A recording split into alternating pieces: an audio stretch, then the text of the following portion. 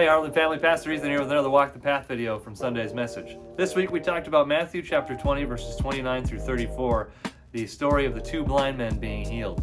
And we talked about a lot of different things, and there's a lot of ways you can walk this out, and which is the most important part of every Sunday morning. If we're not allowing it to affect our lives, it's pointless. We're just wasting time. We're just talking about information. If it's not applied, it's useless, which is why we do these videos. You know, as I was sitting here looking at the story again, I was thinking there's two different groups that are following Christ here. It says, as they were leaving Jerusalem, or Jericho, a large crowd followed him. And at the end of the story, it says, immediately they could see and they followed him. Which just says to me that sometimes there are people that follow Christ, or they're following him, but they're not really following him. They're not really understand what he's all about. They don't really understand what he's here for, that he's here for the weak, for the poor, we don't realize that he's after the mumser, he's after the outsider, the person on the outskirts. And we're just one in the crowd.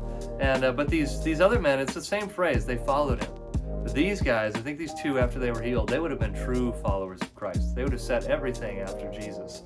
And these crowds didn't understand. Maybe they just wanted something from him. Maybe they, whatever it was. And I don't know. I think we got to identify, who are we? Like, are we just a part of the crowd that's just following Christ? Or maybe we're following a man, and it's not really about Christ. It's about the teachings of a good teacher that you like and things like that. How do we just set, like these blind men did? They set all their hopes on Christ, and they shouted above the crowd that was following him. They shouted above the crowd that would have pushed them down, and they pursued and pushed through to Christ anyways. And then they became, I think, disciples and followers of Christ in the truest sense. How do we become disciples and followers of Christ in that truest sense, where everything in us is after Christ? Where everything we do is intentional. Everything in our lives is for that one purpose of glorifying Christ and letting people know him. I think that's a good, hard challenge as we go throughout this week. And I look forward to seeing you again next week as we look at the triumphal entry of Christ in Matthew 21.